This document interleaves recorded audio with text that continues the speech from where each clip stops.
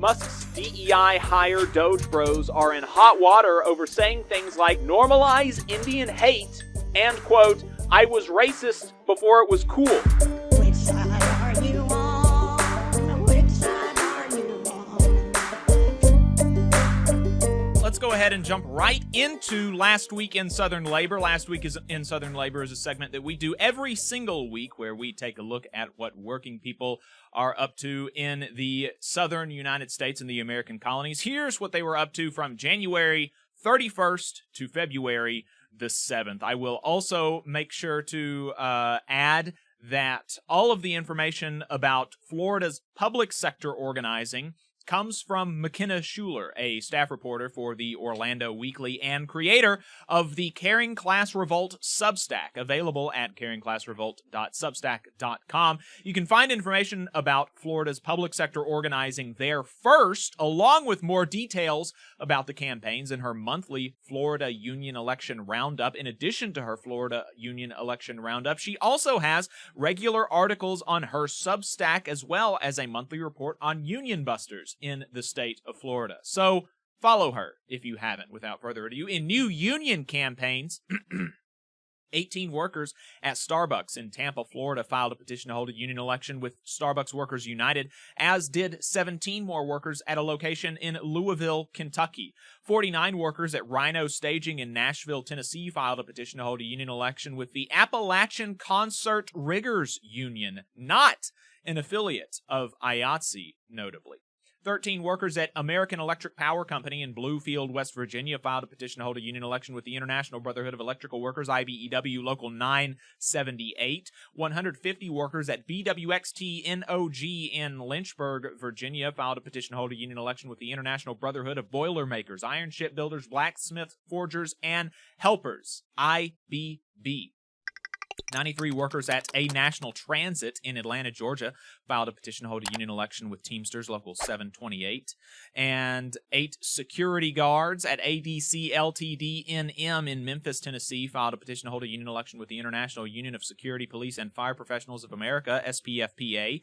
20 security guards at Paragon System in Washington, D.C., filed a petition to hold a union election with SPFPA. 178 workers at the City of Homestead, Florida, filed a petition to hold a union election with the Laborers International Union of North America, LIUNA Local 630, and 82 workers for the city of Lake Worth Beach, Florida, filed a petition to hold a union election with IBEW Local 728. There are many, many other new union campaigns in Florida and across the South, but we will not be able to get to them in the radio segment, so make sure you subscribe to the newsletter for the full roundup. tvlr.fm. In campaign updates, Amazon workers in North Carolina are kicking off their union election week with a rally today. In election results, 112 workers at care centers of Nassau in Fernandina Beach, Florida, voted 70-6 in favor of unionization with the Teamsters Local 947. 58 workers at Unity Healthcare in Washington, D.C. voted 42-0 in favor of unionization with 1199 SEIU, United Healthcare Workers East. 631 workers for Putnam County Public Schools in Palatka, Florida, voted 169-2 in favor of recertifying the Putnam Federation of Teachers as their union. 410 workers at Credence Management Solutions in Washington, D.C. withdrew their petition for a union election with IBEW Local 1900. And 168 workers at Titan, Florida, voted in favor of unionization with the Teamsters Local 769. In settlements, grievances, and unfair labor practices, an NLRB administrative law judge found that Amazon in Florida illegally retaliated against a pro-union worker and ordered the company remove the discipline from his file. In strikes and bargaining updates, nurses in New Orleans went on another 2-day strike as management at the University Medical Center continued to refuse to agree to a fair contract. Rank-and-file state workers in Florida have no pay raise in DeSantis' proposed budget. Those same employees lost their union only last year. Hey, 5 seconds. Just wanted to say that this is only possible because of our donors. If you want to see more of this, then consider donating yourself at tvlr.fm/donate. UAW members at Ford are receiving a record-breaking $10,208 profit-sharing check as a result of increased profits for the company and the 2023 contract win. This following similar news at GM. The NLRB union has a thread on Twitter outlining a recent OPM, quote, fork in the road follow-up email where it appears that the agency admits that many of the things that critics were saying about the buyout are true. Some IRS employees who took the deal are now being told that they have to work until at least March the 15th. Trump apparently forgot about tax season, which is an episode that illustrates the need actually for more IRS personnel, not less, for the efficient administration of the country's tax system. The Teamsters continue contract negotiations with United Airlines, pointing out that the company's stock increased by the largest amount of any airline last year at 180%, but instead of agreeing to invest in their workers with a fair contract with the Teamsters, they spent $1.5 billion on stock buybacks, which, it's worth remembering, used to be considered illegal stock manipulation before Ronald Reagan, the devil. Former National Oceanic and Atmospheric Administration, NOAA officials told CBS News that current employees have been told to expect a 50% reduction in staff and budget cuts of 30%, reports Laura Geller and Tracy Wolf. This agency and the National Weather Service are important for maintaining readiness for natural disasters. The Office of Personnel Management, OPM, where Russ Vought was recently confirmed, someone who wants to make federal workers into, quote, villains, put out a memo saying that agencies can ignore previously agreed to telework agreements with unions, a blatant violation of federal labor law. Hertz workers in West Palm Beach, Florida, unionized with the Teamsters, Local 769, are on an unfair labor practice strike against the company. In political and legislative updates, Texas retirees, get this, have gone 23 years without a pension increase. AFSCME Texas retirees are trying to change that. Texas is attempting to pass a school voucher scam like many other states. Unions have opposed it, but it recently passed the state Senate, and the House Speaker says it likely has the support to pass there as well. A college student in North Carolina had her scholarship revoked due to her activism. Federally funded community health centers, including those in Virginia, are beginning to shut down due to the federal funding freeze, despite the fact that it was supposed to have been lifted. A science teacher in Florida has already been detained by immigration officials and likely deported to Honduras, according to the Miami Herald. The paper has been unable to independently verify his immigration status, but said that he likely had either temporary protected status or DACA. His union, the United Teachers of Dade, sent a letter to the immigration judge who ordered him deported, but has not yet received a response.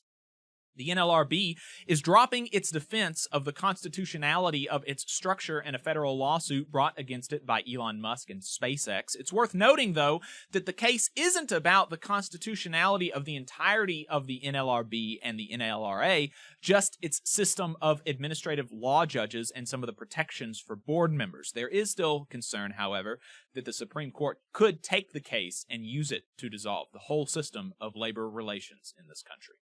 Musk's DEI hire Doge Bros are in hot water over saying things like, I kid you not, normalize Indian hate, and, quote, I was racist before it was cool. This initially prompted the one responsible for those comments to resign before Elon Musk said he would bring him back on only hours after his resignation. J.D. Vance, married to an Indian woman, is pretending to believe that the argument is binary, give this racist a top government job as a teenager or ruin his life, when this is obviously not the case. He can work any number of rank-and-file jobs like the rest of us, including in unionized workplaces where I would welcome him as a co-worker. However, he should not have authority at the top of the largest employer on earth. It's very simple, actually. The union at CFPB, at the Consumer Financial Protection Bureau, which is also under fire from Elon Musk, also points out that these kids have, quote, lawyer daddies that the CFPB is going after for scamming people, but that they, quote, welcome our newest colleagues and look forward to the smell of Axe body spray in our elevators. These teens have been given access to IT systems in the Department of Energy over objections from the General Counsel, although reportedly not to portions that hold nuclear information, but that's probably next. In other power consolidating moves, the administration has indefinitely paused the work of a federal workplace safety council made up of agency heads and union leaders that was set up by Congress in the law, not the president. The president ending a council set up by Congress through the law is obviously a violation of the separation of powers, but who cares anymore? Trump also purports to have removed a member of the Federal Election Commission, but the member of the commission said her status on the commission, quote, isn't changing anytime soon, so we're likely to see a lawsuit over that as well. Obviously, lots of other political updates too, but again, you gotta subscribe to the newsletter for that.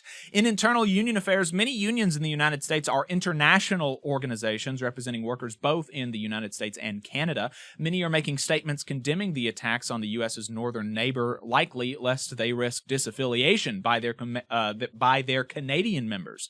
The unions issuing such statements include the Amalgamated Transit Union, ATU, and the International Alliance of Theatrical and Stage Employees, IATSE.